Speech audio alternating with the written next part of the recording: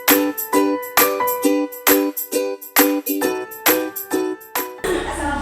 warahmatullahi wabarakatuh. Waalaikumsalam warahmatullahi wabarakatuh. Puji syukur kita ucapkan kehadirat Allah Subhanahu wa Ta'ala yang telah memberikan nikmat kesempatan dan kesehatan kepada kita semua sehingga kita bisa hadir dalam kegiatan pemugel kita pada pagi hari di Sabtu 24 Agustus 2024. Selawat beriringan salam tidak bosan-bosannya kita ucapkan kepada Nabi besar kita yakni Nabi Muhammad SAW. Yang terhormat Kepala Sekolah kita Miss Mary yang telah hadir pada pagi hari ini yang selalu mensupport kegiatan kita. Kemudian yang terhormat para wakil kepala SMA Yari School yang telah hadir di ruangan ini. Kemudian teristimewa sekali guru-guru SMA Yari School yang telah hadir pada pagi hari ini dalam kegiatan Kombel Komunitas Belajar Diseminasi Berbagi Praktik Baik tentang Budaya Sekolah. Baiklah, tidak memperpanjang mukadimahnya, kita mulai saja berbagi praktik baiknya pada pagi hari ini yang akan dilakukan oleh Miss Ena sendiri. Nah, nanti dalam berbagi praktek baik ini kita akan melakukan yang namanya diskusi, kemudian merefleksi sebagai bahan refleksi juga bagi kita apa yang telah kita lakukan di sekolah. Kemudian mana yang baiknya nanti mari kita teruskan dan mana yang belum baiknya mari kita tingkatkan. Bismillahirrahmanirrahim. Hari ini diseminasi dan berbagi praktik baik tentang budaya positif di sekolah. Nah, mungkin Miss semuanya sudah tahu tentang budaya positif. Artinya emang budaya yang sangat positif sekali. Tapi bagaimana di lingkungan sekolah itu sendiri yang akan kita bahas pada hari ini, gitu. Nah, mungkin oke. Nah, inilah materi hari ini yang akan kita jabarkan. Cukup banyak juga, ada 6 poin di mana nanti kita akan berbicara tentang disiplin positif dan nilai kebajikan universal, kemudian teori motivasi, hukuman dan penghargaan serta restitusi, kemudian ada keyakinan kelas, kemudian ada kebutuhan dasar manusia dan dunia berkualitas, serta ada 5 posisi kontrol dan segitiga restitusi. Sebenarnya semua topik ini sudah kita lakukan, namun belum tajam, itu maksudnya. Belum dan selama ini kita melakukannya atas inisiatif kita sendiri, tetapi ternyata ada dasarnya, gitu. Ternyata ada istilah sumbernya yang telah menjelaskan tindakan-tindakan itu. Jadi hari ini juga memperkuat kedudukan kita sebagai guru yang akan menuntun anak kita untuk menjadi orang yang bersukses, berguna bagi dirinya dan juga masyarakat. Kemudian lanjut. Nah, ini dia Miss semuanya di sini. Sebelum masuk ke inti, Miss Ena mau melakukan sebuah kegiatan bersama dulu dengan teman atau rekan samping. Nah, di sini Miss Ena minta untuk kepalkan salah satu tangan, ya, salah satu tangan. Kemudian Miss semua bayangkan di tangan yang kita kepal itu adalah sesuatu yang paling berharga. Nah, sesuatu yang paling berharga, minta teman di sebelah kita untuk membuka kepalan tangan kita itu selama 30 detik. Ya, boleh. Miss mungkin dengan Miss ya. Saling membuka boleh, atau satu orang membuka seperti Miss Nisa dan Miss Casey.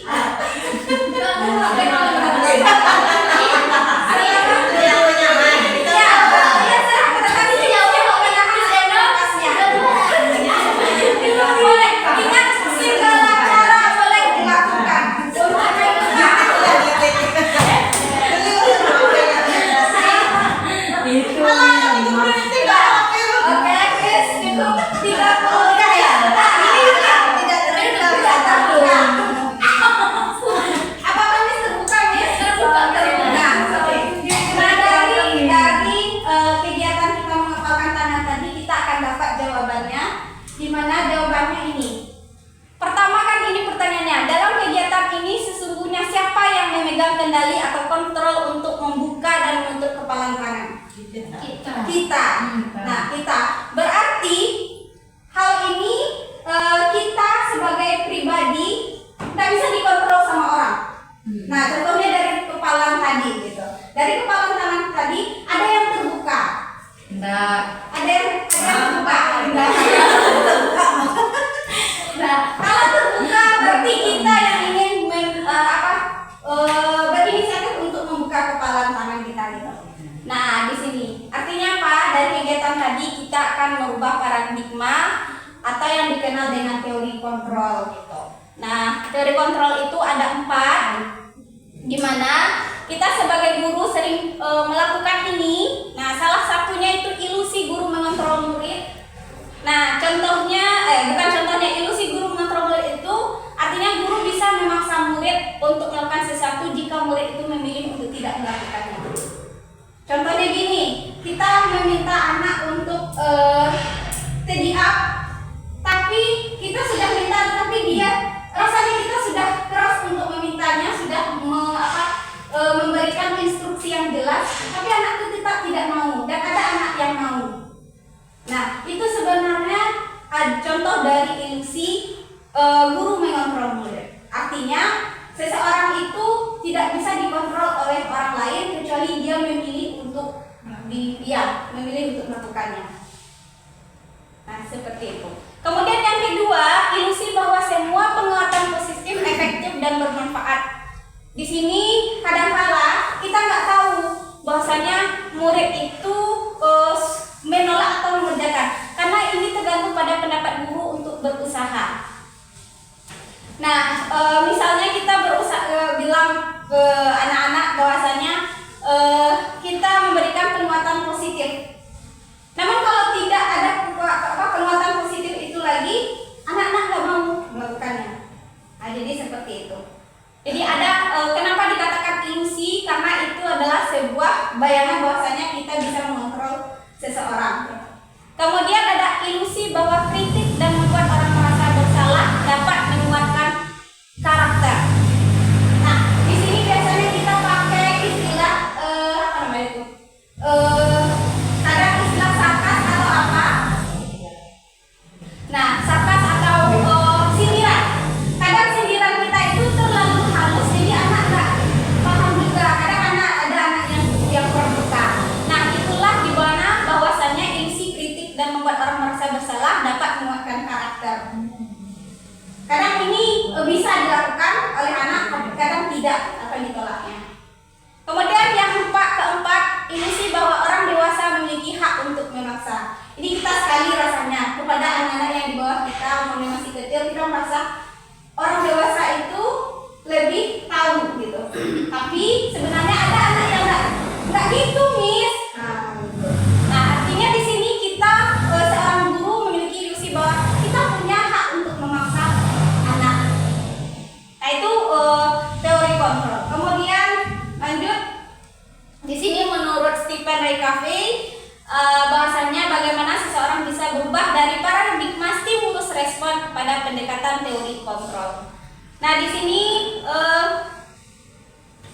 dari Stephen ini mengatakan bahwasanya jika ingin kita membuat sebuah kemajuan, maka sedikit ubahlah sikap atau perilaku kita. Namun bila kita ingin memperbaiki cara-cara utama kita, maka kita perlu mengubah kerangka acuan kita. Ubahlah bagaimana kita melihat dunia, bagaimana kita berpikir tentang manusia, ubahlah paradigma tersebut. Kemudian skema pemahaman dan penjelasan aspek-aspek tertentu tentang realitas. Artinya di sini kita yang dimulai dari diri kita terlebih dahulu. Nah, dimulai dari kita bahwasanya kita tidak bisa memaksa seseorang. Nah, ini contohnya. Ini adalah bentuk pemikiran stimulus respon dan teori kontrol. Nah, kalau dalam stimulus respon itu, misalnya kita berasumsi bahwasanya orang lain bisa mengontrol saya, tapi dalam teori kontrol sebenarnya hanya kita yang bisa mengontrol diri kita. Kalau kita memilih untuk mau ikut mengerjakan sesuatu, ya kita akan kerjakan. Tapi sebagaimanapun cara orang memilih kita, tapi kalau kita nggak mau, nggak akan kita kerjakan juga. Nah, itu juga terjadi di anak kita. Kemudian ada pemikiran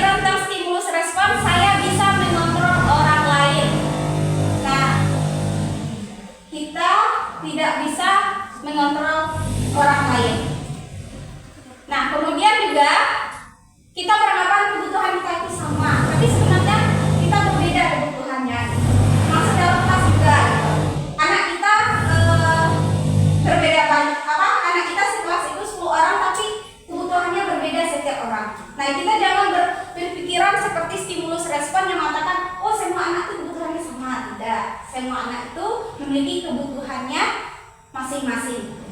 Kemudian pemaksaan ada pada saat bujukan gagal, itu menurut stimulus respon. Nah, misalnya kita memaksa, terus kenapa kita paksa? Karena bujukan rayuan kita tadi tidak mempan. Nah, jadi sebenarnya baiknya seperti apa? Kita gunakanlah teori kontrol. Artinya kita kolaborasi. Kita kolaborasi dengan anak untuk menciptakan pilihan-pilihan baru. Jadi tidak boleh ada pemaksaan. Itu di sini. Nah, itu tentang teori kontrol. Next, kemudian ini masih materi pertama, yaitu teori kontrol dan disiplin. Nah, kita di sini sering kan disiplin itu harus aturan. Karena makna dari disiplin itu sendiri apa? Kalau menurut Ki Hajar Dewantara, ini sebenarnya kalimatnya panjang. Nah, misalnya ambil ketikannya, Ki Hajar Dewantara menyatakan bahwa di mana ada kemerdekaan, disitulah harus ada disiplin yang kuat. Nah, makna disiplin ini bukan taat aturan, patuh kepada aturan-aturan yang sudah kita bikin, tapi di sini lebih kepada disiplin diri dari motivasi diri sendiri, bukan karena aturan dari sekolah, bukan karena aturan dari miss, atau bukan karena aturan dari orang tua, tapi aturan dari diri kita, bentuk tanggung jawab kita terhadap satu kondisi gitu. Nah, tapi jika kita tidak bisa memiliki motivasi internal untuk mendisiplinkan diri tersebut, maka kita butuh pihak lain atau motivasi eksternal atau orang yang bisa mendisiplinkan kita gitu. Nah, ini jadi mindset disiplin itu tidak hanya taat aturan, tapi disiplin mulai dari diri kita. Dari diri kita itu yang ingin disiplin gitu, yang ingin bertanggung jawab terhadap sesuatu. Misalnya tentang pembuatan, kalau kita kasih LKPD terhadap anak kan, memang anak itu kerjakan gitu. Memang dari dirinya yang ingin menyimpannya di majalah yang sudah dibikin gitu. Tapi ada anak yang tidak mau dia letakkan di atas meja atau di dalam lacinya. Berarti dia butuh motivasi yang berasal dari eksternalnya. Dia belum menimbulkan apa itu disiplin, hakikat disiplin itu sendiri. Nah, ini dia lanjut kepada nilai kebajikan universal. Nah, nilai kebajikan universal ini adalah nilai positif yang disepakati bersama atau di sekolah kita kenal dengan P5. Profil pelajar Pancasila. Profil pelajar Pancasila itu yang familiar di sekolah. Namun sebenarnya nilai kebajikan ini banyak. Ada dari berbagai lembaga yang memutuskan bersepakat bersama inilah nilai kebajikan. Misalnya bertanggung jawab. Misalnya mereka empati. Nah, itu juga. Tapi yang sering kita kenal di sekolah itu profil pelajar Pancasila, di mana beriman dan bertakwa, kemudian beriman bertakwa kepada Tuhan Yang Maha Esa dan bertakwa mulia. Sampai nanti kepada kreatif.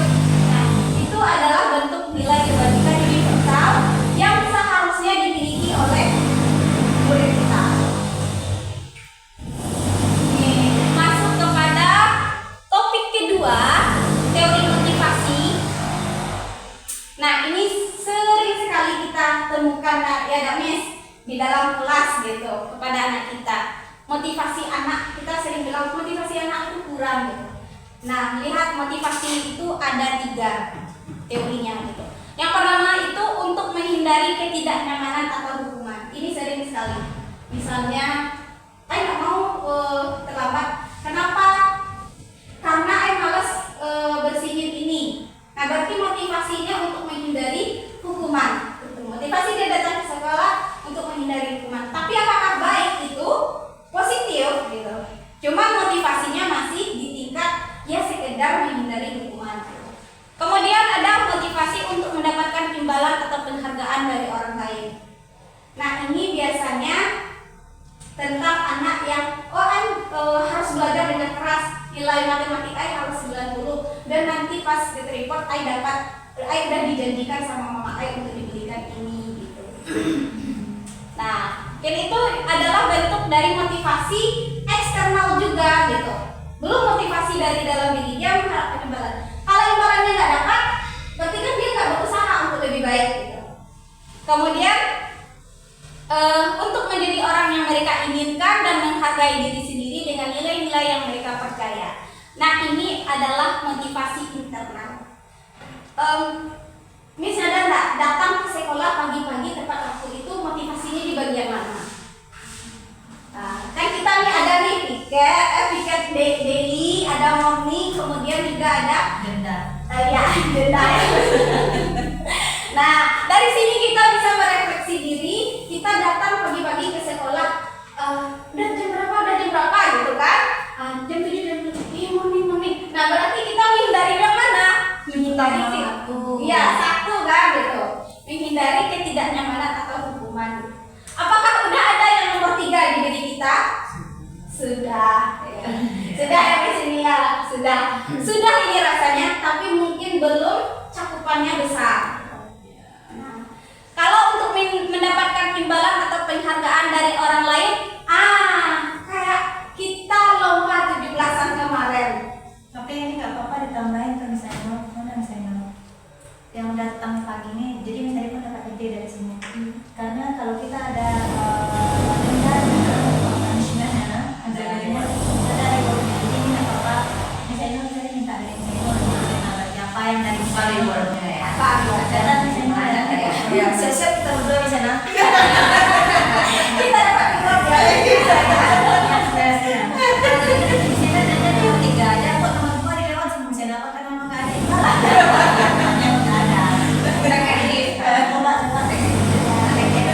Nah, dari sini kan kita tahu nih, dengan refleksi diri kita juga bahwasanya motivasi kita datang sekolah sebagai guru berangsur-angsur dari pertama gak mau telat karena denda, nah kemudian ada imbalan dan akhirnya nanti alhamdulillah gitu kan kita bisa memiliki motivasi yang internal bahwasanya kita percaya terhadap suatu keyakinan universalnya nilai-nilai kebaikan di sini adalah disiplin. Nah, disiplin bertanggung jawab terhadap peran kita sebagai guru harus jadi contoh kan Miss. Gitu. Sebagai contoh bahasanya kok Missnya datang terlambat kayak gitu. Nah, ketika anak datang terlambat, kita ada dikasih sebuah konsekuensi. Nah, ketika terus kita bilang ke anak datang tepat waktu, tapi ternyata motivasi kita juga nggak jauh beda dengan anak. Artinya kita motivasi kita lebih dari anak sehingga kita memberikan contoh yang baik buat anak. Kalau hari ini masih kurang, masih 1-2, insya Allah kita berusaha bersama untuk menjadi motivasi internal yang memang dari dalam kita. Kemudian next, nah ini dia sering kita lakukan di sekolah. Ini ada tentang hukuman. Tapi mendengar kata hukuman ini rasanya misalnya juga mendengar kata hukuman itu ngeri gitu. Ngeri sedap. Kenapa? Karena dalam mindset mana hukuman itu berat ada rasanya. Nah, ternyata hukuman apa ciri hukuman itu? Hukuman itu memang bersifat tidak terencana atau tiba-tiba. Nah, ini di sekolah kan masih ada, tidak hanya di sekolah. Pokoknya di seluruh sekolah ini ada gitu. Atau di sebuah lembaga juga ada hukuman. Kemudian murid tidak tahu apa yang akan terjadi. Ini adalah karakteristik dari apa itu hukuman. Kemudian hukuman itu bersifat satu arah dari pihak guru yang memberikan dan murid hanya menerima. Terus tidak ada kesepakatan sebelumnya. Hukuman bisa berupa fisik maupun psikis. Kemudian murid disakiti oleh suatu perbuatan atau kata-kata. Nah, ini juga ternyata hukuman itu tidak hanya fisik aja yang betul, tapi ada terkena hati kita. Bukan kita melo, tapi memang hukuman itu tajam. Nah, atau istilahnya kata-katanya pedih gitu. Nah, ternyata hukuman ini memiliki efek yang tidak baik. Lalu di sekolah kita, apakah sudah terjadi hukuman atau materi selanjutnya, yaitu ini dia, konsekuensi. Nah, jadi kita melihat konsekuensi hukuman itu bagaimana gitu. Nah, kalau konsekuensi karakteristiknya itu sudah terencana atau disepakati bersama guru dan murid.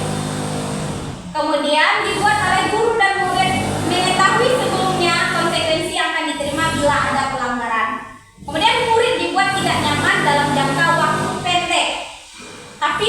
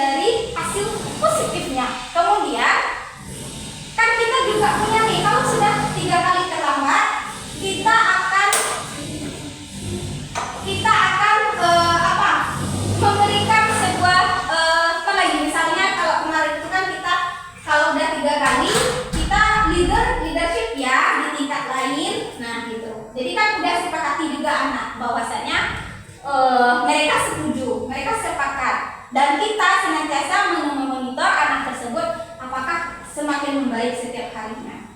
Nah, itulah beda dari konsekuensi dan hukuman. Nah, itu. Jadi yang bagusnya diterapkan di sekolah itu adalah konsekuensi. Ada satu lagi, Miss. Ini kita contohkan. Ini kurang jelas ya, Miss. Miss, saya baca kan? Ini contoh hukuman atau konsekuensi. Jadi kita disuruh milih. Kalimat pertama itu mencatat 100 kali di dalam buku mencatat 100 kali di dalam buku. Kalimatnya adalah saya tidak akan terlambat lagi karena terlambat ke sekolah. Jadi disuruh mencatat 100 kalimat di dalam buku. Misalnya pernah nih ketika di sekolah 100 buku. Nah, Miss, ini berupa hukuman atau konsekuensi? Hukuman. Kenapa hukuman, Miss? Satu arah.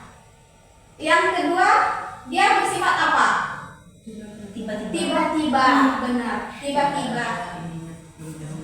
Belum ada kesepakatan. Iya, belum ada kesepakatan. Kemudian yang kedua, lari mengelilingi lapangan basket 2 kali karena terlambat hadir di sekolah. Hukuman atau konsekuensi? Hukuman. Membersihkan coretan yang dibuatnya di meja tulis. Konsekuensi atau hukuman? Konsekuensi. Kenapa konsekuensi? Kan yang menyoret tuh langsung ya. Sifatnya lebih bertanggung jawab. Bagaimana? Kenapa dikatakan ini konsekuensi? Sebelumnya bersih jadi kotor. Ya, sebelumnya bersih jadi kotor.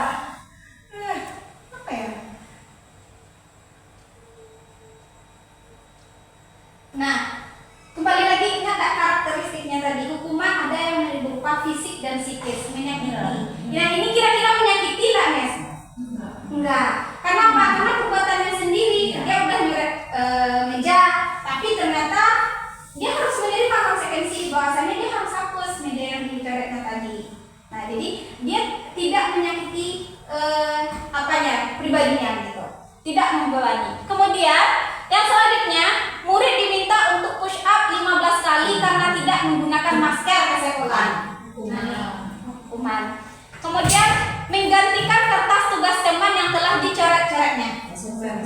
Konsekuensi. Berjemur di lapangan basket pukul 12 siang karena mengobrol dengan teman. Hukuman. Murid diminta bertelanjang kaki sepanjang hari karena tidak menggunakan sepatu warna hitam sesuai peraturan sekolah. Berdiri di depan kelas sambil mengangkat kaki satu karena tidak bisa menjawab pertanyaan. Ini kaki ya. Dan ini juga pernah kita alami ketika di sekolah. Nah, hari ini kita sebagai guru, tidak usah lagi diulangi, ternyata itu berupa hukuman gitu. Kemudian membersihkan tumpahan air di meja tulis karena tersenggol pada saat belajar. Kehilangan 10 menit jam istirahat untuk mengerjakan tugas karena terlambat datang dan tertinggal pelajaran. Konsekuensi. Nah, dari sini kan kita udah tahu bahwasanya apa itu hukuman dan apa itu konsekuensi. Jadi, Miss, yang bagusnya kita terapkan konsekuensi ya, Miss ya. Jadi kita sudah punya ilmunya gitu. Kemudian ini, kenapa dihukum oleh penghargaan? Ini adalah dikatakan oleh Alfikon bahwasanya kan kita sering memberikan penghargaan kepada anak, Miss. Nah, di sini juga kita akan bahas. Menurut Alfikon, saat kita berulang kali menjanjikan hadiah kepada anak-anak agar berperilaku bertanggung jawab, atau kepada seorang murid agar mempelajari sesuatu yang baru, atau kepada seorang karyawan agar melakukan pekerjaan yang berkualitas, kita sedang berasumsi mereka tidak dapat melakukannya, atau mereka tidak akan memilih untuk melakukannya. Benar kan, Miss? Iya. Kita lanjut dengan menurut Kon, penghargaan atau hukuman adalah cara mengontrol perilaku seseorang yang menghancurkan potensi. Nah, kenapa? Karena ada efek yang tidak baiknya gitu.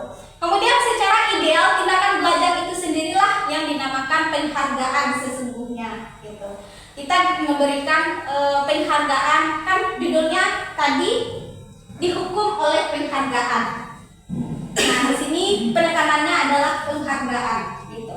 Kenapa dikatakan dihukum oleh penghargaan? Nah, ini dia. Ini ada beberapa hal yang membuat mengapa penghargaan itu bisa dikatakan kurang efektif. Tadi judulnya dihukum oleh penghargaan. Kenapa? Yang pertama itu pengaruh jangka pendek dan jangka panjang. Maksudnya di sini jangka pendeknya karena ada penghargaan tadi kan mau melakukan, segera dia melakukan. Tapi jangka panjangnya kalau nggak ada penghargaan nggak mau. Terus dia nggak tahu apakah udah berbuat baik atau belum, dia nggak tahu karena dia tahunya kalau melakukan ini dikasih penghargaan. Kemudian penghargaan itu tidak efektif. Kenapa tidak efektif? Nggak ada penghargaan, nggak mau jalan. Kan kita ada menemui anak yang seperti itu. Penghargaan merusak hubungan. Kenapa penghargaan merusak hubungan? Karena misalnya gini, ada satu kompetisi, ada anak yang dikasih hadiah berupa penghargaan dan dia tidak, padahal dia sama-sama berusaha. Nah, dan itu akan membuat dia kok dia dikasih miss kok enggak. Nah, itu kan ada rasa iri gitu. Jadi dia merusak hubungan. Itu salah satu dari efek yang tidak bagusnya. Kemudian penghargaan mengurangi ketepatan. Asal bikin. Yang penting lakukan. Gitu. Kemudian penghargaan mengurangi kualitas. Contohnya nggak digaji, nggak kerja. Gitu. Nah, ini dia. Jadi kualitas diri, kualitas pekerjaan menurun. Kenapa menurun? Karena nggak ada penghargaan itu. Kalau ada penghargaan, penghargaannya besar, dia mau lakukan. Tapi penghargaannya kecil, santai-santai aja lah. Nah, kayak gitu. Jadi penghargaan itu ada minusnya, ada positifnya. Kemudian penghargaan ini menjadi motivasi dari dalam diri. Ini yang bagus. Artinya memang dari dalam diri kita itu tidak mengharapkan penghargaan, tapi kita memang melakukan karena berupa tanggung jawab kita sendiri. Ini sangat berhubungan dengan motivasi tadi, Miss. Nah, ini sangat berhubungan sekali dengan motivasi kita. Jadi, apakah penghargaan itu bagus? Nah, bagus tapi mungkin di kondisi tertentu. Tapi tidak bagus untuk ternyata jangka panjang efeknya luar biasa gitu. Kan banyak nih anak-anak kita misalnya dia mau nilainya bagus, nanti belajar dia les di segala macam sampai jam malam-malam dia les.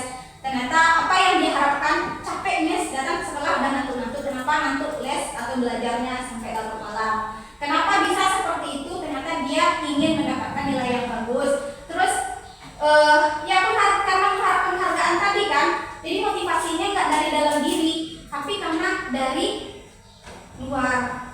Nah, itu dia. Jadi yang kita inginkan itu kan anak yang memiliki motivasinya dari dalam. Next, ini restitusi. Ini masih materi sambungan dari konsekuensi. Restitusi ini kolaborasi untuk mengajarkan kepada anak untuk mencari solusi dari masalah. Nah, jadi tidak menyalahkan anak, tapi bagaimana memperbaiki anak tersebut untuk kembali lebih baik ke dalam kelompok atau menjadi pribadi yang lebih baik gitu. Dan bagaimana dia seharusnya memperlakukan orang lain. Nah, apa ciri-ciri restitusi? Yang pertama itu bukan untuk menebus kesalahan, tapi untuk belajar dari kesalahan. Nah, di sini bukan karena dia salah dia harus minta maaf, tidak. Tapi tidak hanya sekedar minta maaf, tapi dia berubah. Dia awalnya dia suka ganggu temannya, terus temannya nggak suka, kan cekcok itu. Akhirnya kita suruh baikan, nggak sekedar minta maaf, tapi dia harus ada perubahan dalam dirinya. Bahwasanya dia nggak boleh lagi melakukan hal-hal yang mengganggu teman sehingga temannya tidak nyaman. Kemudian restitusi memperbaiki hubungan. Kenapa dikatakan memperbaiki hubungan? Karena itu tadi bahwasanya dengan melakukan restitusi dia memperbaiki cara dia memandang orang lain, dia merubah perilakunya yang tidak baik tadi menjadi lebih baik dan tidak mengulanginya lagi, tidak hanya sekedar minta maaf. Restitusi itu adalah tawaran bukan paksaan. Jadi kita tidak memaksakan kepada anak, tapi kita memberikan tawaran untuk menjadi dia lebih baik lagi. Kemudian restitusi menuntut untuk melihat ke dalam diri, terus mencari kebutuhan dasar yang mendasari tindakan. Kemudian restitusi diri adalah cara yang paling baik dibandingkan dari hukuman tadi. Kemudian restitusi fokus pada karakter bukan tindakan. Dan restitusi itu menguatkan serta fokus pada solusi dan mengembalikan murid yang berbuat salah kepada kelompok. Intinya di sini kita membuat anak itu menjadi lebih baik, bertanggung jawab, kemudian juga mengenali atau mengamalkan nilai-nilai kebajikan, salah satunya profil pelajar Pancasila tadi. Nah, ini dia masuk ke berikutnya tentang keyakinan kelas. Kemarin kita udah bikin kontrak belajar, Miss. Nah, di sini juga kita punya aturan kelas. Nah, di sini juga ada namanya keyakinan kelas. Nah, jadi peraturan kelas dan keyakinan kelas itu berbeda, sedikit berbeda. Kenapa? Karena di sini dari apanya nanti kita bisa lihat. Pertama dari pengertiannya dulu, bahwasanya keyakinan kelas itu mengacu kepada nilai kebajikan. Nilai-nilai kebajikan yang sudah disepakati bersama atau disebut dengan nilai-nilai kebajikan universal. Jadi nilai kebajikan itu tidak berdasarkan kepada suku, terus latar belakang, karakter anak, tidak, tapi dia secara umum yang bisa diterima oleh semua orang. Terus dalam pembentukan keyakinan sekolah atau kelas, nah walaupun kita sudah memiliki peraturan kelas, tapi keyakinan kelas ini ada, atau keyakinan sekolah ini ada, dan itu berbeda dengan peraturan. Nah, kenapa dalam pembentukannya dikatakan berbeda? Karena dia bersifat abstrak dari peraturan yang lebih rinci dan konkret. Kalau peraturan kan rinci, dia abstrak. Kemudian berupa pernyataan universal. Misalnya yang umum-umum saja. Jadi tidak terlalu panjang kalimatnya. Pernyataannya dibuat dalam bentuk positif. Misalnya gini, Miss, maksud kita melarang anak untuk lari-lari, gitu kan? Tapi kalimatnya positif, jelas, terus juga pernyataannya umum. Kan kita maksudnya jangan lari di lorong atau jangan lari di kelas, ya kan? Nah, kita rubah jadi kalimatnya yang umum saja, yang mudah diingat gitu. Apa kalimatnya? Berjalanlah di kelas. Nah, itu kan positif, bahwasanya kita tidak melarang anak, tapi kita menggunakan kalimat yang bertujuan dengan anak itu berlari. Kalimatnya lebih positif. Terus tidak terlalu banyak. Kenapa? Agar mudah diingat dan dipahami oleh semua warga. Nah, ini biasanya bisa 3 atau 7 keyakinan saja. Kemudian sesuatu yang dapat diterapkan di lingkungan sekolah atau kelas. Kemudian semua warga sekolah berkontribusi dalam pembuatan keyakinan kelas lewat kegiatan curah pendapat. Kemudian bersedia meninjau kembali keyakinan sekolah atau kelas dari waktu ke waktu. Nah, ini dia prosedur keyakinan sekolah. Nah, ini dia mempersilakan warga sekolah atau murid untuk bercurah pendapat tentang keyakinan yang akan disepakati. Memang kita minta dari warga, misalnya kalau kelas, kita di kelas, memang kita minta dari anak-anak, bukan kita yang bikin. Jadi memang kita minta pendapat anak yang mengusulkan. Kalau sekolah berarti kita memang minta pendapat anak, guru, kemudian juga warga sekolah yang terlibat gitu. Kemudian mencatat semua masukan di mana semua anggota dapat melihatnya. Nah, ini di tempat yang umum biasanya. Kalau di kelas kan kita tempelkan di papan atau di area yang mudah dilihat oleh anak-anak dan kita juga. Kemudian menggunakan kalimat positif. Nah, ini tadi seperti kalau kita mau melarang anak itu jangan berlari di koridor atau di kelas, kita ganti berjalanlah di kelas atau koridor. Kemudian tinjau kembali daftar curah pendapat yang sudah dicatat. Kan kita minta pendapat anak tadi, Miss. Jadi kita tinjau mana yang bisa diterapkan di lingkungan kita, mana yang tidak. Memang kita saring juga. Kemudian meninjau kembali keyakinan kelas secara bersama-sama. Nah, jadi setelah kita tinjau curah pendapat anak tadi udah dipilih, kita bersama-sama lagi meninjaunya. Oh, ini bisa disepakati bersama atau tidak? Oh, ini enggak bisa. Oh, ini bisa. Jadi kita memang sepakati bersama juga. Kemudian semua warga sekolah menyetujui dan menandatangani keyakinan tersebut. Kemudian ditempel di tempat yang umum yang mudah dilihat. Jadi keyakinan kelas itu kalimatnya singkat, padat, jelas, dan sedikit mudah diingat. Kemudian juga atas curah pendapat atau usulan dari warga kelas atau warga sekolah. Begitu. Nah, ini masuk kebutuhan dasar manusia. Ini kebutuhan kita ya, kebutuhan individu.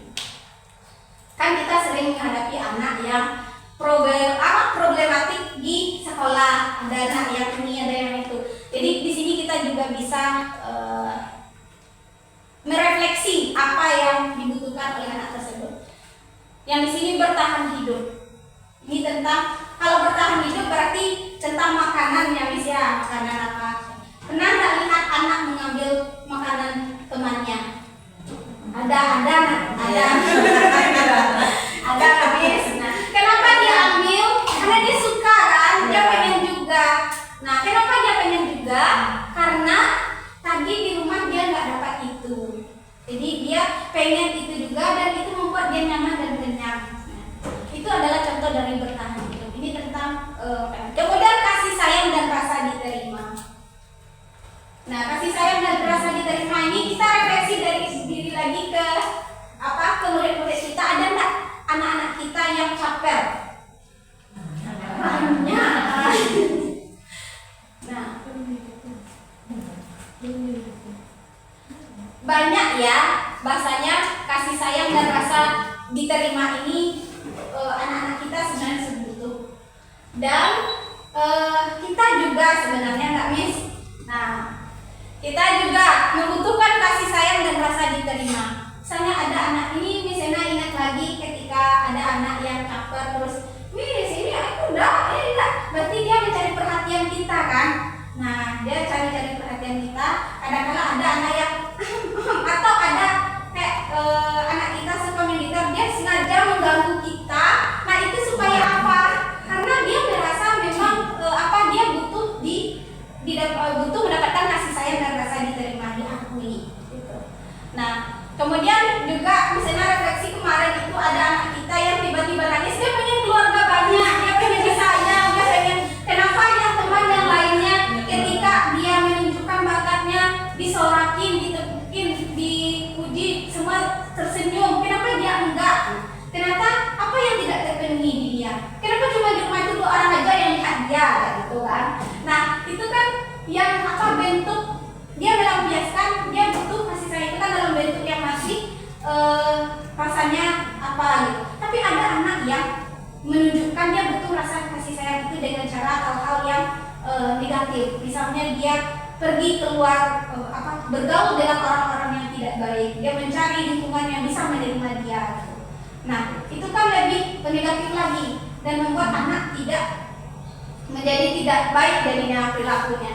Nah, kita sebagai guru seharusnya ya kita harus kenapa anak ini seperti ini gitu. Kemudian penguasaan atau pengakuan atas kemampuan. Nah, ini maksudnya pernah nggak Miss ketika kita ada anak yang mencari orang lain supaya ngikut dia. Pernah nggak kita lihat anak-anak kita? Dia suruh aja anak yang lain tuh ini kerjain ini, dia duduk-duduk aja gitu. Nah, itu dia ada rasa butuh. Nah, kebutuhannya tidak terpenuhi. Apa kebutuhannya tidak terpenuhi itu? Yaitu pengakuan atas kemampuan. Kenapa? Karena dia di kelas dia nggak bisa. Misalnya dia keterbatasan dalam pelajaran. Nah, ketika di lapangan dia membuat kelompok di bawah itu dia adalah leadernya. Terus yang lainnya disuruh-suruh aja gitu. Nah, itu kenapa hal itu terjadi? Karena kebutuhan atas pengakuan yang didapatkan dia tidak dapat.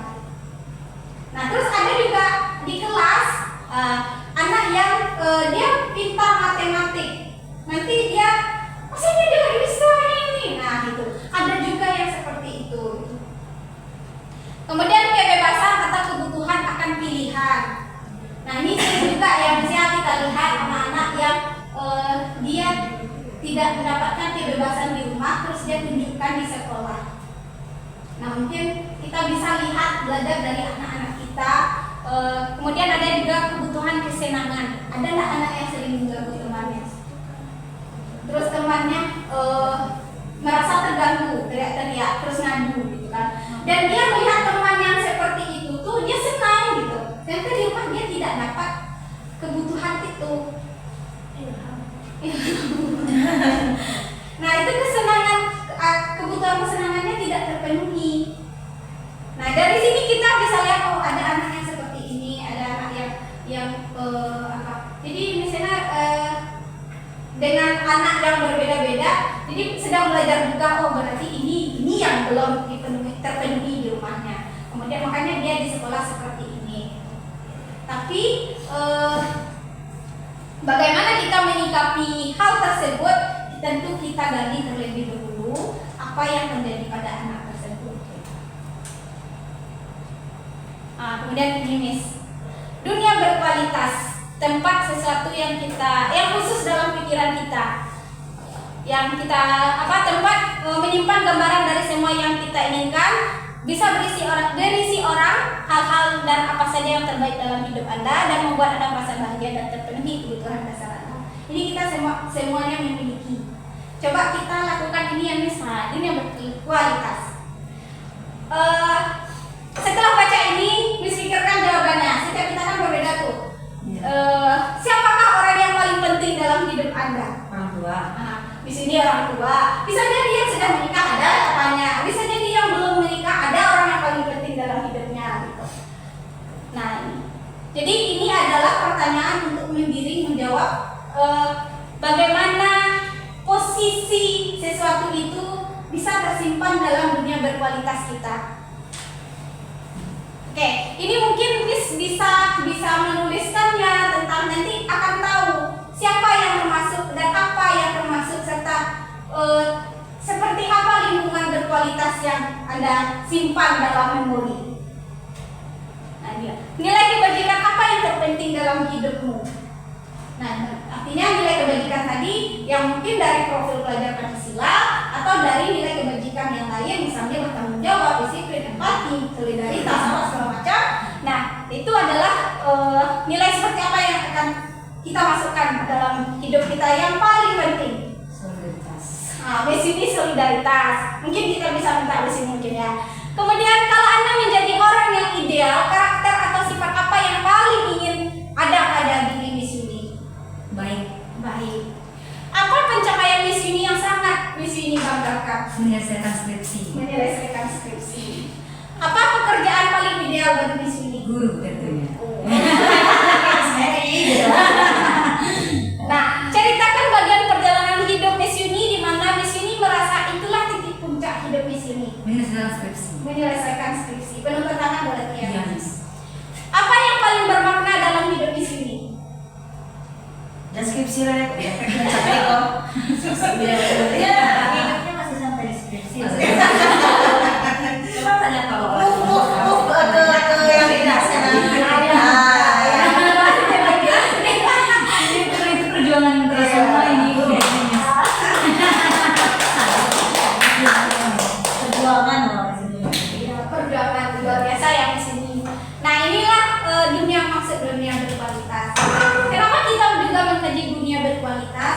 Karena kita menginginkan sekolah itu masuk dalam dunia berkualitas anak. Ada hal indah yang di pikiran anak itu sehingga menjadi memori yang indah ketika dia sudah besar. Kan kita juga ada anaknya ketika kita misalnya di SMA, oh enak loh di SMA tuh seperti ini. Nah, itu adalah bagian dari dunia berkualitas kita tentang sesuatu hal ketika di SMA. Dan kita juga menginginkan itu kan terhadap anak kita, jadi dia tidak merasa benci terhadap SMA-nya. Tapi kita pengen menjadi kenangan terindah dia masa-masa SMA ini. Ya enggak misalnya. Harus bisa diterapkan itu misalnya. Oh, iya. Sama anak-anak, sini anak-anak Iya. kita latihan. Nah, contohnya kemarin ada alumni ke sini ya menyapa guru-gurunya, menyapa sekolahnya. Berarti kan dunia berkualitas tentang sekolah itu kan ada. Sekolah termasuk dalam dunia berkualitasnya gitu. Kemudian kata Mbak, Miss semuanya masuk dalam dunia berkualitas seseorang. Misalnya, ya dalam orang artinya kan dunia berkualitas itu tidak hanya sekedar tempat atau lingkungan, tapi juga orang. Bisa jadi pribadi Miss Yuni ketika melakukan penyelesaian skripsi masuk dalam dunia berkualitas orang lain gitu, karena Miss Yuni ikut membantunya. Nah itu kan menjadi memori, oh iya saya punya itu dulu teman yang begini. Ada karena dia memiliki karakter yang seperti ini, baik gitu kan. Nah kan menjadi sesuatu hal yang bermanfaat bagi orang lain, bahwasanya kita sudah memberikan kenangan yang indah. Dan kita sebagai guru juga berkeinginan seperti itu ketika anak sudah menjadi orang yang sukses. Pernah nggak kita lihat contohnya ketika dia sudah sukses dan dia untuk Miss kayak gitu kan, senang nggak hati kita? Dia senang kan? Nah artinya apa? Kita masuk dalam dunia berkualitas. Dan sekarang kita berusaha untuk menjadikan sekolah ini bagian dari dunia berkualitas anak.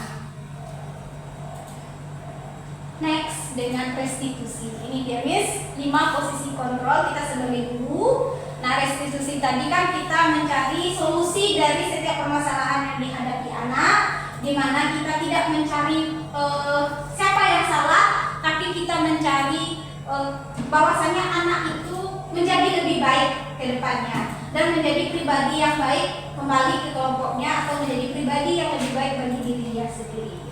Ini ada penghukum, pembuat merasa bersalah, teman, pemantau, dan manajer. Kita coba lihat. Ini dia kalimat. Ini sering kita lakukan rasanya. Kalau Miss Ena sering nih. Ya.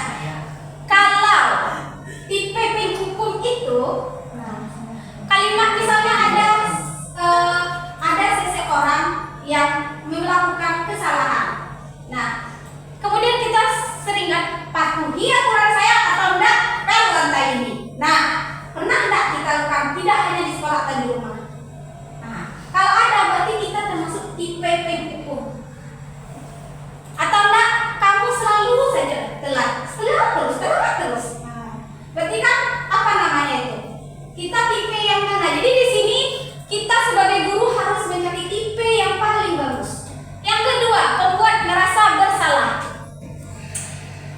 Miss sangat kecewa dengan kalian.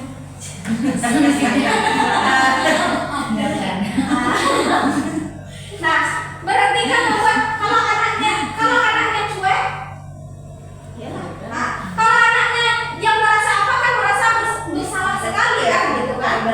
Yang melankolis dia kena di hatinya, dia terpuruk gitu. Nah, jadi ternyata kita Miss mau diapain Miss?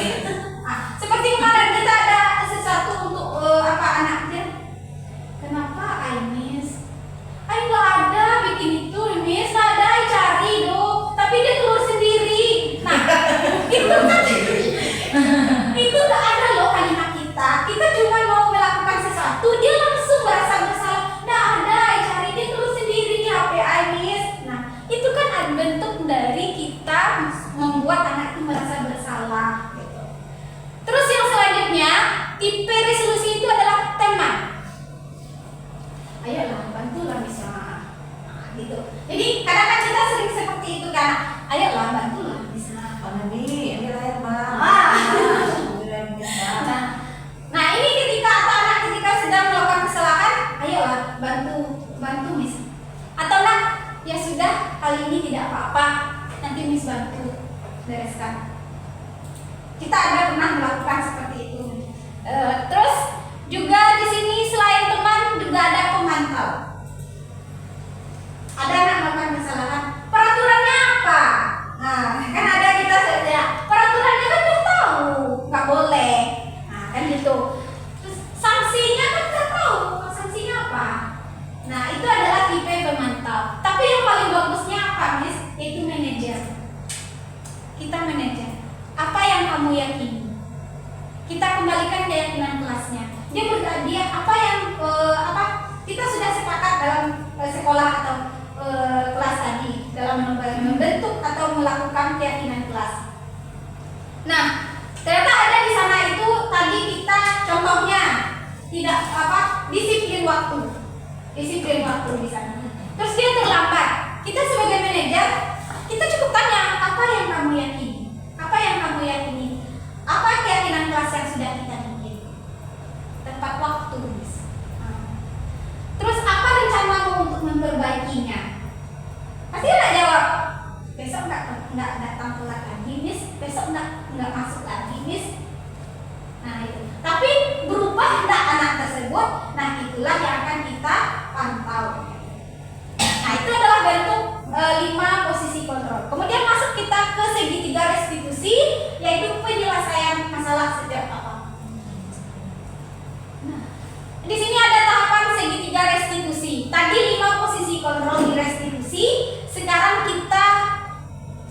segitiga restitusinya. Segitiga restitusi itu ada tiga tahap. Di sini kita berusaha untuk menyelesaikan masalah anak, sekali lagi saya tekankan, tidak mencari yang salah, tapi mencari solusi. Ya, problem solving. Nah, tahapannya ada tiga. Yang pertama, menstabilkan identitas. Apa bentuk kalimat menstabilkan identitas itu? Di sini, yang bagian bawah, kita sering, mungkin kita pernah bilang ke anak, setiap orang itu pasti pernah melakukan kesalahan. Nah, itu adalah bentuk menstabilkan identitas sebagai manusia. Sebagai manusia, sebagai individu, sebagai kelompok, tentu udah fitrah bahwasanya seseorang itu pernah melakukan kesalahan. Nah, kita stabilkan identitasnya terlebih dahulu. Terus bisa juga dengan kalimat yang lain. Kamu bukan satu-satunya orang yang pernah melakukan ini. Masih banyak orang di luar sana yang melakukan ini. Jadi ayo kita bangun, kita berubah. Kan itu. Kita memakaikan motivasinya untuk berubah terlebih dahulu. Makanya kita stabilkan identitasnya. Kemudian yang kedua, validasi tindakan yang salah. Nah, validasi tindakan yang salah di bagian di sini. Nah, kita tanya alasan anak. Kalau anak melakukan sebuah kesalahan, kita tanya, kamu tentu punya alasan melakukan hal ini. Kamu tentu punya alasan terlambat datang. Contohnya anak, iya miss, mama itu lemah. Itu adalah ya, ada tragedi dulu di rumah miss. Itu yang telat datang. Ayo nggak pengen telat. Ayo males juga dapat konsekuensi itu. Gitu. Nah, itulah bentuk validasi tindakan terhadap anak. Kemudian kalimat yang lain juga boleh dicobakan. Adakah cara yang lebih efektif untuk agar kamu tidak terlambat, atau agar kamu memiliki catatan yang lengkap? Nah, misalnya ada anak yang telat catatannya entah kemana-mana gitu. Bisa kita bilang, adakah cara yang lebih efektif agar catatanmu itu bisa terkumpul dengan rapi? Nah, artinya di sini kita kembalikan kepada anak. Penyelesaiannya itu yang memang benar-benar problem solving. Kita ada anak untuk berkolaborasi, mencari penyelesaian dari setiap masalahnya. Kemudian yang terakhir itu menanyakan keyakinan. Apa yang sudah kita rumuskan tadi. Kamu ingin menjadi orang yang seperti apa? Gitu. Kalau dia telat kan dia udah tahu konsekuensinya, dia akan tertinggal pelajaran, akan tidak ini. Kan itu sebenarnya udah menjadi anak itu sudah merasa hukum itu? Terhukum dirinya atas perlakuan, atas tindakan dia gitu. Dan jangan pula kita tambah. Maka dalam segitiga restitusi kita cukup menanyakan, kamu ingin menjadi orang yang seperti apa? Kalau selalu telat, berarti kamu pengen jadi yang terbaik atau tetap seperti ini? Kan itu tujuan kita.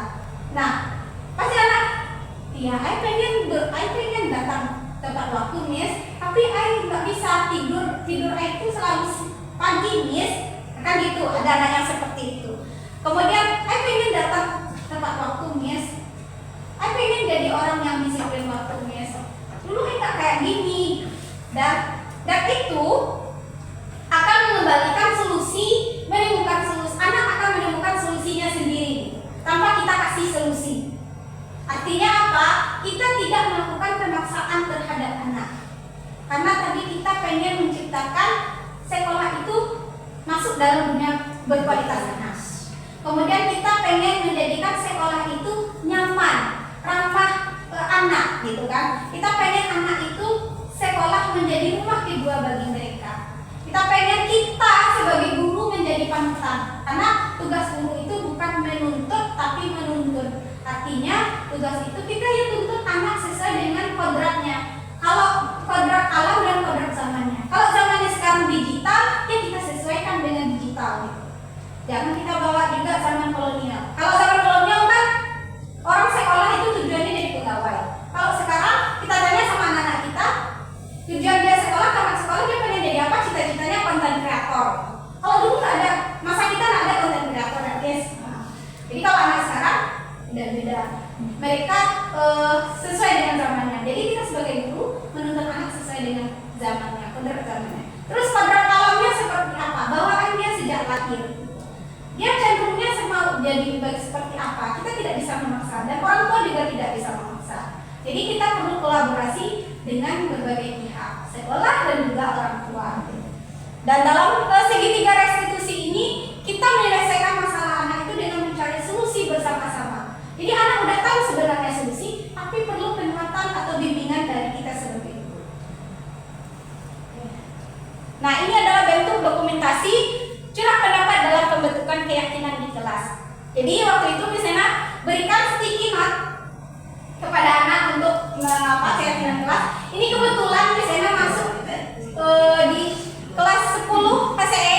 Nah, di sini mereka pengen kelas yang nyaman, Miss, gitu. Nah, jadi anak-anak nulis semua, termasuk Ira. Ira juga menuliskan apa yang ingin ditulis. Jadi misalnya bilang, ya, ini bukan peraturan, tapi keyakinan kelas kita supaya kita nyaman di dalam kelas. Iya, Miss, kalau peraturan tuh rasanya mengikat rasanya, Miss. Iya, nggak apa-apa, ayo. Jadi ada Gozi menginginkan kelas yang nyaman. Pengen kelas yang nyaman, Miss. Oke. Terus Najwa pengen menghargai setiap pelajaran itu, karena apapun pelajarannya berharga, Miss, ada manfaatnya di waktu tertentu. Ketika ilmu itu bermanfaat, setiap ilmu bermanfaat. Jadi walaupun kalimatnya panjang, kita ubah ke kalimat yang mudah diingat oleh anak, yang bersifat positif dan bisa diterima oleh semuanya. Kemudian masih banyak lagi, ada Gozi, Devan, Felipe juga. Dia pengen kelas yang nyaman, kemudian juga dia pengen pembelajaran itu bermakna. Jadi ini adalah bentuk curah pendapat anak-anak. Kemudian anak-anak tempelkan ke depan. Nah, ketika tempelkan ke depan, mereka lihat berbondong-bondong lihat ke depan, melihat punya temannya. Jadi jangan dibatasi dia, boleh lihat, jangan. Kita biarkan mereka lihat. Oh iya, sama nih dengan punya A, sama kita ya. Nah, dari situ nanti kita tinjau bersama, kita dapat setelah dirumuskan. Kita nggak perlu banyak, tapi sedikit tapi berkualitas gitu. Sedikit mudah diingat dan bisa diterapkan. Kemudian kami terapkan di sekolah, di kelas, itu pembelajaran. Memang, jadi kalau ada yang makan, tadi bikin apa kesepakatannya? Oh iya, langsung ingat mereka. Nah,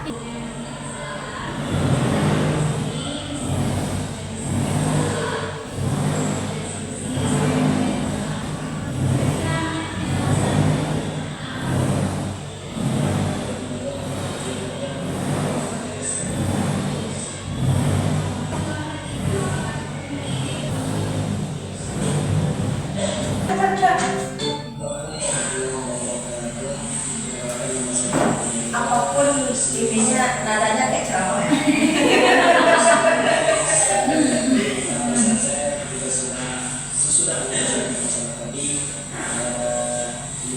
Itu yang pasti kata-kata dari luar ya, Nak? iya.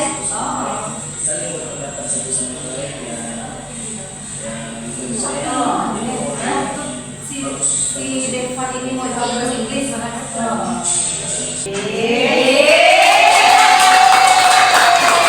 Mungkin itu tadi berbagi praktik baiknya tentang budaya positif di sekolah. Mungkin Miss semuanya ada yang ingin kita diskusikan, bersama-sama. Mungkin ada yang ya. Izin bertanya sedikit, Miss. Ya, Nah, tadi kan Miss sudah menjelaskan tentang untuk membuat anak yang berbudaya positif, yang berperilaku positif, baik sikapnya, itu kan ada namanya teori kontrol ya, Miss. Iya. Nah, itu yang lebih baik dilakukan. Nah, pertanyaannya, teori kontrol seperti apa yang akan diberikan kepada anak jika ujung-ujungnya itu konsekuensi bahkan hukuman juga diberikan? Karena yang kita tahu tadi hukuman itu menurut psikohan itu tidak baik, akan membunuh potensi anak. Tapi kita sudah melakukan kontrol, tapi tetap juga hukuman dan konsekuensi ini berjalan. Nah, itu seperti apa menurut Miss Ina? Ada Miss lain? Oke, terima kasih Miss Vicky. Mungkin langsung saja terlebih dahulu Miss Ina jawab. Kalau menurut pemahaman Miss Ina, memang posisi yang paling baik dari 5 posisi kontrol tadi itu adalah manajer ya. Sebagai manajer, kita menanyakan kepada anak dia mau jadi seperti apa. Nah, tapi timbul permasalahan setelah kita melakukan posisi manajer itu, ternyata kita juga butuh yang namanya hukuman Nah, sebenarnya tadi kan kita udah bahas hukuman sama konsekuensi, dan yang lebih bagus itu adalah konsekuensi. Nah, jadi tidak apa-apa sebenarnya kalau kita setelah melakukan posisi manajer, kita tetap melaksanakan konsekuensi. Tidak apa-apa karena itu sudah kesepakatan kita dengan anak. Kesepakatan kita dengan anak dan anak menyetujui tersebut. Tapi beda halnya dengan hukuman yang tadi secara tiba-tiba yang bersifat satu arah saja, kemudian anak merasa tersakiti. Kadang hukuman itu berupa fisik atau psikis atau kalimat gitu kan, dan itu menyakiti anak dan anak tidak siap dengan hal seperti itu.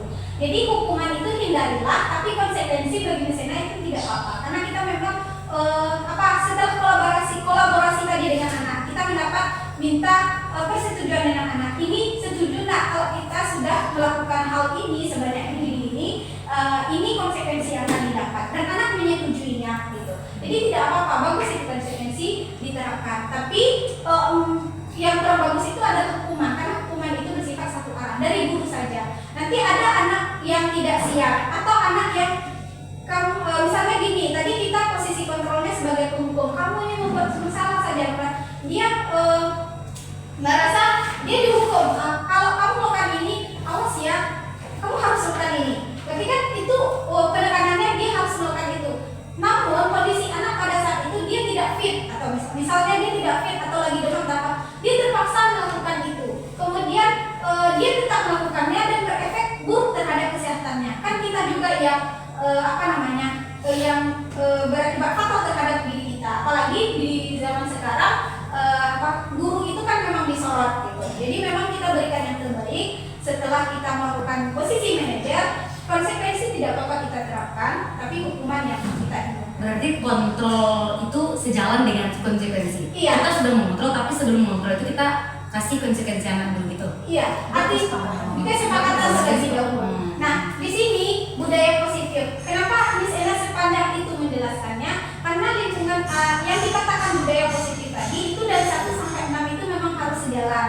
Artinya kita pahami anak, kita juga bahas tadi tentang motivasi, kebutuhan, kemudian tentang disiplin, nilai-nilai kebajikan apa yang harus dimiliki anak. Karena tujuan kita sebagai guru kan kita menciptakan anak yang memiliki profil pelajar Pancasila. Kan itu memang yang digalakkan oleh pemerintah kita. Di dunia pendidikan kita P3 itu yang menjadi acuan akhirnya. Bagaimana kita menciptakan anak yang memiliki karakter beriman, bertakwa dan berakhlak mulia. Kemudian bagaimana kita menciptakan karakter anak bergotong royong. Nah, itulah yang tujuan akhir yang akan kita capai dengan melakukan posisi kontrol tadi, kemudian dalam menyelesaikan masalah dan melakukan segitiga restitusi. Mungkin dalam penerapannya di awal kita merasakan bahwasanya tantangan ya, karena dalam menciptakan budaya positif di sekolah dan itu tidak semudah membalikkan telapak tangan. Itu memang benar karena kita memiliki kebiasaan yang di luar budaya positif mungkin gitu kan. Dan ketika kita mau merubah sesuatu yang baik, tentu kita butuh proses. Mungkin seperti itu jawaban saya di sini. Mungkin di sini butuh sharing dari teman-teman atau bagaimana? Ya boleh. Mungkin Miss yang lain bisa menambahkan.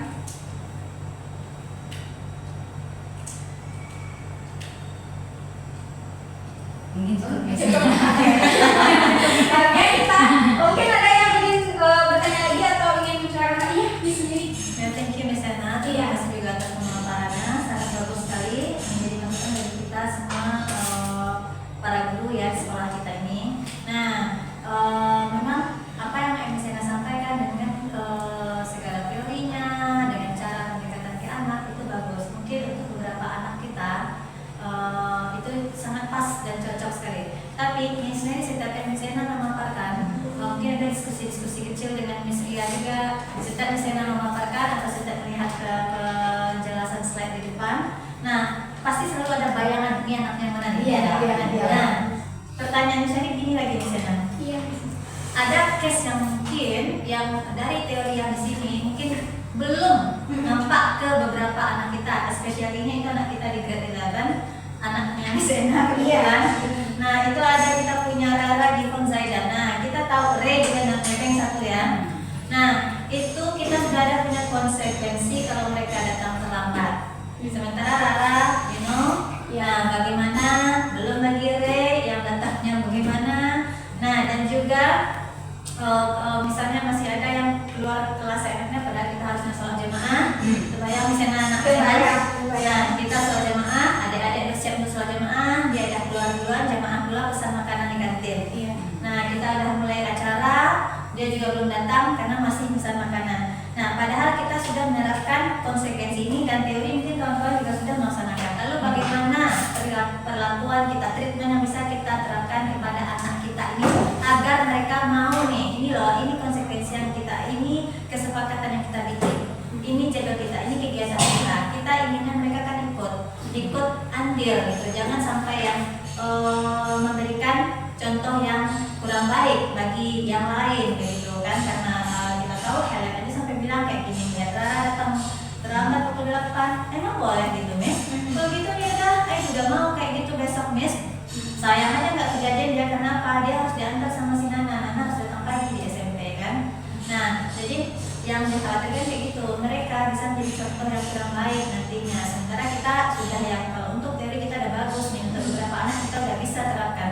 Tapi untuk beberapa anak yang spesial kita yang tersayang ini, nah bagaimana menurut Miss Ena? Dan mungkin juga masukan dari kawan-kawan agar kita bisa membuat mereka itu tuh, kita sebagaimana pertama Ki Hajar tadi bilang, kita merdeka, kebebasan. Tapi kebebasan itu justru ada disiplin yang mereka harus lebih disiplin jadinya kan. Nah, itu tuh bagaimana menurut Miss Ena? Jadi bisa kita terapkan sama-sama gitu untuk mereka. Baik Miss Ena, thank you. Refleksi juga bagi Miss Ena ini, dan ini menjadi PR besar Miss Ena sebagai wali kelas di kelas 11, dan memang Miss Ena tantangan yang besar sekali dalam menghadapi anak-anak Miss Ena yang sering telat masuk atau keluar di jam kelas gitu. Nah, itu Miss Ena juga mencoba treatment yang Miss Ena lakukan gitu Miss Ena. Tapi belum berefek. Iya, berefek terlalu gitu. Dan Miss itu mencoba mengajak untuk berkomunikasi terlebih dahulu, karena ini aturannya sudah jelas. Kenapa? Karena setiap guru itu punya kontrak belajar, dan kontrak belajar itu ketika ditanyakan kepada mereka, kontrak belajarnya seperti ini loh. Kalau telatnya masuk berarti dia harus seperti ini yang dilakukannya dengan Miss mapelnya. Nah, ketika itu Pak, iya Miss, tadi pesan makanan tadi ke WC dan tadi ke ini, dan banyak alasannya. Nah, Miss Ena juga terkendala karena sudah melakukan berkolaborasi atau bertukar pendapat atau berbincang dengan mereka, tapi dikasih konsekuensi. Konsekuensi. Contohnya kalau di kelas misalnya dia harus tinggal kalau telat tinggal keterlambatannya itu gitu. Jadi kalau masuk 8 dia masuk 8.15, dia harus tinggal 15 menit gitu. Tapi kan kadang-kadang dia memang agak bilang ke WC gitu kan, atau gimana. Nah, ditunggu, tapi ternyata ditunggu tidak datang juga. Dan itu bagi Miss Ena juga PR besar bagi Miss Ena, dan belum dari yang Miss Ena pelajari ini belum belum berefek kepada mereka gitu Miss Ena. Dan itu memang Miss Ena juga butuh masukan dari teman-teman yang lain supaya mereka juga tidak meninggalkan kewajiban mereka sebagai siswa. Dan memang kalau kadang-kadang kan jemput ke tempat Umi itu kenapa harus dijemput, sampai mereka pun bilang, Miss nggak usah lagi dijemput kayak anak. Iyalah, kadang Miss sengaja dijemput karena meninggalkan sekolah gitu. Jadi kemarin terakhir Miss Ena coba sebelumnya kan tidak ada menjemput, tapi ketika kemarin itu ada banyak anak SMP di sana. Jadi mereka kayaknya sepertinya malu dijemput, karena Miss Ena cuma bilang, Kak Tia, ada anak Ena di sini Kak Tia. Oh ada Miss ini. Nah, dia masuk lagi, Missnya udah masuk gitu kan. Miss kenapa harus dijemput ini? Ternyata mungkin dia itu butuh orang lain membuat mereka merasa malu atas tindakannya gitu. Ada Miss Nisa. Sedikit Miss Ena, kalau Miss Ena problem anaknya tuh yang tiga kalau bisa satu Ray. Nah kalau udah dari kan Miss Isa udah menerapkan ternyata ada nih posisi kontrolnya gitu, itu berhasil cuma 1 hari, abis itu besoknya dia kembali lagi ke setelan pabrik gitu.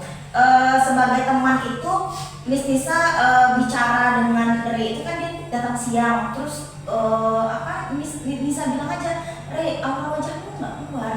Nisa bilang itu akibat dari you begadang, kata Nisa kan. Coba lah you cari, kalau begadang itu bikin kita sayu matanya, wajahnya kelihatan tua, nggak fresh gitu kan. Nah coba deh bandingkan aja 1 hari aja. Mungkin karena Nisa bilang 1 hari ya, emang beneran 1 hari dilakukannya gitu. 1 hari aja coba gitu. Bangun pagi, datang on time 7.15, kita lihat perbedaan aura wajahmu gitu. Kan itu kan sebagai posisi kontrolnya teman gitu ya. Datang dia sekali, ya emang sekali itu aja. Senin itu ya. Hari Jumat minggu Yang lalu. Iya pas emang sebelum 7.15 emang kelihatan langsung. Nah kan coba lah berkaca, saya bilang gitu kan. Coba lihat wajahmu sekarang bandingkan sama yang kemarin. Ini kan gitu. Nah mungkin bisa kita pakai untuk anak-anak yang agak ini tuh posisi kontrolnya itu kita sebagai teman gitu. Cuman belum dapat juga Miss Nisa untuk Givon, Rara dan Zaida ini posisi teman yang gimana gitu cara berkomunikasi dengan mereka gitu. Kalau Ray udah dapat nih mungkin pelan-pelan gitu. Gimana nih yang bertiga ini karena emang berdampak besar juga Miss Ena. Anak kelas 10 udah mulai ada yang terbawa-bawa itu main sama Gozi. Nisa lihat ya kan Miss, main sama Gozi, apalagi main dan Gozi tuh misalnya mereka mau ekskul nih Miss, ekskul tuh kan kadang berangkatnya tuh 2:30 ya kan. Nah 2:30 berarti kan 13.45 sampai 2:30 tuh ada 1 jam pelajaran mereka yang bisa ngikutin PBM gitu. Cuman nggak ada mereka kan Miss. Coba Miss yang ngajar 13.45 sampai jam 15.15. Kadang Mahir dan Gozi hilang gitu. Nah balik aja lagi dia 2:30 untuk ngambil tas for go to swimming gitu. Ditanya kemana ya kan mau swimming gitu.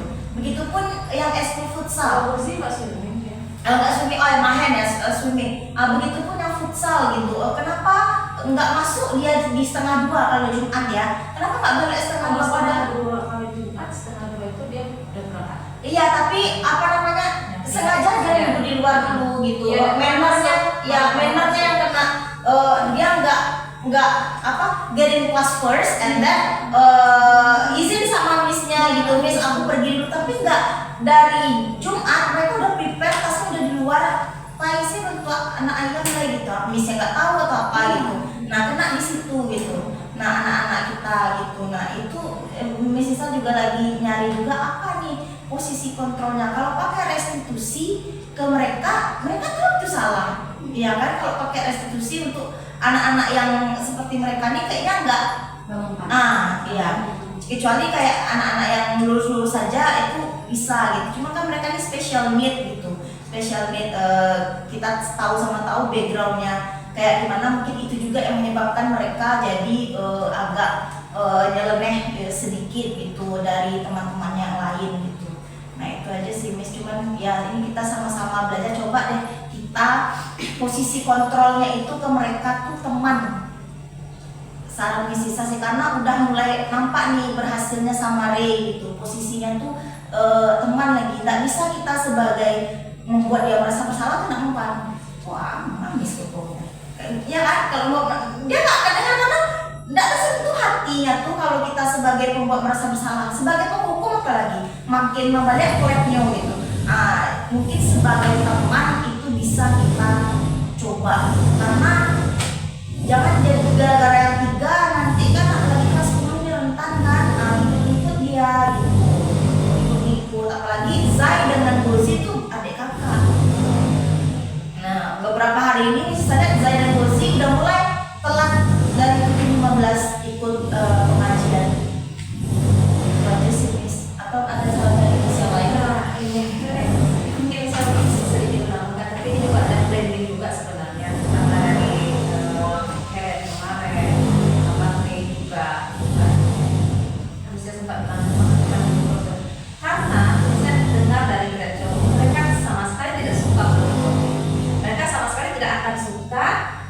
tampilkan masalah mereka. Makanya kan kita problem solving di sini kan cuma untuk menunjukkan kayak kemarin kan kita bikin kesepakatan untuk ya kalau mereka telat 3 kali kita harus reducing ke 3 kan. Nah kemarin siapa? Ini jadi dikasih mereka ini. Enggak, karena udah ada yang begitu. Nah, Saya kan selalu jadi taat. Nah ini juga mungkin bisa juga sedikit ini juga kita evaluasi juga ya dari tolonglah misi yang baby itu dijalankan lagi. Maksudnya kalau misalnya waktu misalnya di hari Senin itu rata-rata itu ada konsekuensi ya Miss. Apa Miss? Nanti aja kalau pulang mau Miss enggak sekarang. Nanti itu ada acara lagi, ada kegiatan lagi. Jadi please do it now. Iya memang dibersihkannya. Nah ketika misalnya tanya ke misalnya, emang udah mulai misalnya, kan udah kita mulai, kan udah disepakati, misalnya udah sebarkan tanda tangan loh, mereka sudah menandatangani. Jadi jangan memang udah dijalankan gitu. Jadi jangan, emang udah mulai Miss, bukan mulai lagi, memang misalnya udah jalankan gitu kan. Nah itu konsekuensinya yang telat ya, yang telat datang. Nah rencana misi ya untuk ini lagi kita seperti yang tadi kita restitusi kita sama-sama kita kumpulkan mereka lagi kalian ini kemarin kan kita ada diskusi tentang kalian telat ini loh konsekuensinya. Sekarang kalian telat masuk jam pelajaran setelah istirahat lagi. Kita kembalikan aja ke mereka. Kalian malu kan dipanggil? Oke. Malu kan tidak sebentar dipanggil untuk problem solving gitu kan? Sekarang kita kembalikan. Kalian maunya apa? Atau missnya yang akan kasih konsekuensi atau you yang ini mungkin lebih baik kita ajak mereka berdiskusi, kita diskusi bersama. Kalau seperti izin yang seperti misalnya saya bilang tadi ya, kalau mereka udah mau pergi futsal itu tidak pernah balik lagi setelah pulang Jumat. Nah langsung malahan mereka ada yang bisa lihat langsung jauh habis pergi Jumat itu mereka mau update langsung. Itu kan kita merasa tidak dianggap kan. Nah, kan tidak ada permisi atau izin pun ke kita sebagai wali kelasnya pun di sini nggak ada. Mereka lagi aja seperti itu. Kadang kalau udah futsal, Pak Nas hanya Vino yang di sini. Nah, hanya Vino yang di sini. Iya, walaupun mereka tidak berangkat dengan mobil sekolah, tapi ada kan yang berangkat, Miss nanti saya berangkat sama motor Miss. Tapi dia tidak balik lagi ke dalam, minta izin sama siapa guru yang terakhir yang mau masuk di jam itu siapa gitu kan. Mungkin bisa kalau menurut pendapat bisa kita kumpulin lagi mereka, kita diskusikan lagi ininya, kita cari. Nah sekarang kita apa nih kira-kira konsekuensinya masuknya 13.45 tuh kalian udah di sini gitu. Terus jam 9 kita jam setengah 11 ya, setengah 11 kalau Jumat setengah 11 dia di kelas. Kalau hari Senin sampai Kamis jam 10 mereka udah ada di sini kan. Terus izin itu lagi kayak kalian, seenaknya aja pergi kemarin tak ada minta izin. Nggak ada kan ya izin ke siapapun. Dari Indonesia ingat ketika kita duduk di sana dia ambil handphone terus lari itu aja. Ternyata nggak boleh balik lagi. Oke, thank you nih semuanya udah mendiskusikan tentang bagaimana problematiknya siswa kita. Mudah-mudahan nanti kita menemukan perubahan yang besar dan masukan-masukan tadi adalah hal-hal yang positif, hal-hal yang membangun demi kemajuan sekolah kita. Dan juga kita berharap anak-anak kita menjadi orang yang sukses untuk dirinya, bertanggung jawab untuk dirinya, disiplin untuk dirinya, dan untuk orang lain juga. Dan karena nanti anak-anak kita akan terjun di masyarakat, akan hidup di masyarakat, sehingga kita perlu membekali mereka dengan sesuatu hal yang sangat berguna untuk hidupnya. Di praktek baik hari ini banyak ilmu yang kita dapat, semoga kita dapat aplikasikannya di hari Senin mulainya dan selanjutnya gitu. Mungkin ada lagi yang perlu kita diskusikan Miss atau pertanyaan atau bagaimana? Rasanya pas. Baiklah, alhamdulillah telah berakhirnya praktek baik kita hari ini. Miss Ina ucapkan terima kasih sebanyak-banyaknya kepada kepala sekolah, kemudian kepada kepala sekolah yang telah mensupport acara hari ini sehingga sukses, kemudian para wakil yang udah mensupport juga sehingga acara ini jadi sukses, dan miss-miss semuanya yang sudah bersedia meluangkan waktunya untuk hari ini berbagi praktek baik. Dan Miss Ina tutup dengan baca alhamdulillahirabbil alamin.